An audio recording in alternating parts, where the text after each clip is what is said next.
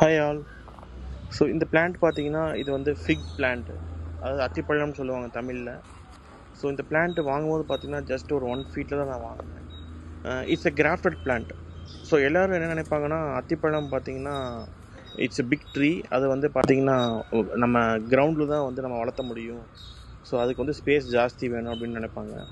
இது வந்து அந்த மாதிரி பிளான்ட்டில் இட்ஸ் எ கிராஃப்டட் பிளான்ட். இது பார்த்தீங்கன்னா நான் வந்து ரூஃப் டாப் கார்டனில் தான் வச்சுருக்கேன், அதாவது என்னுடைய வீட்டு மொட்டை மாடியில் தான் வச்சுருக்கேன்.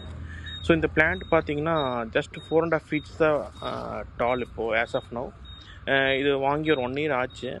ஸோ இனிஷியலாக பார்த்தீங்கன்னா இது வந்து அந்தளவுக்கு வந்து க்ரோ ஆகாத மாதிரி இருந்துச்சு. ஸோ பீரியாடிக் மெயின்டெனன்ஸ் பண்ணும்போது பார்த்தீங்கன்னா என்னென்னா, so 2 months R monthly once பார்த்தீங்கன்னா வெர்மி கம்போஸ்ட் அண்டு கவுடங் அதாவது வந்து மண்புழு உரமோ தொழு உரமோ வந்து கொடுக்க பார்த்தீங்கன்னா ஆட்டோமேட்டிக்காக அந்த பிளான்ட் வந்து க்ரோ ஆக ஆரம்பிச்சிது.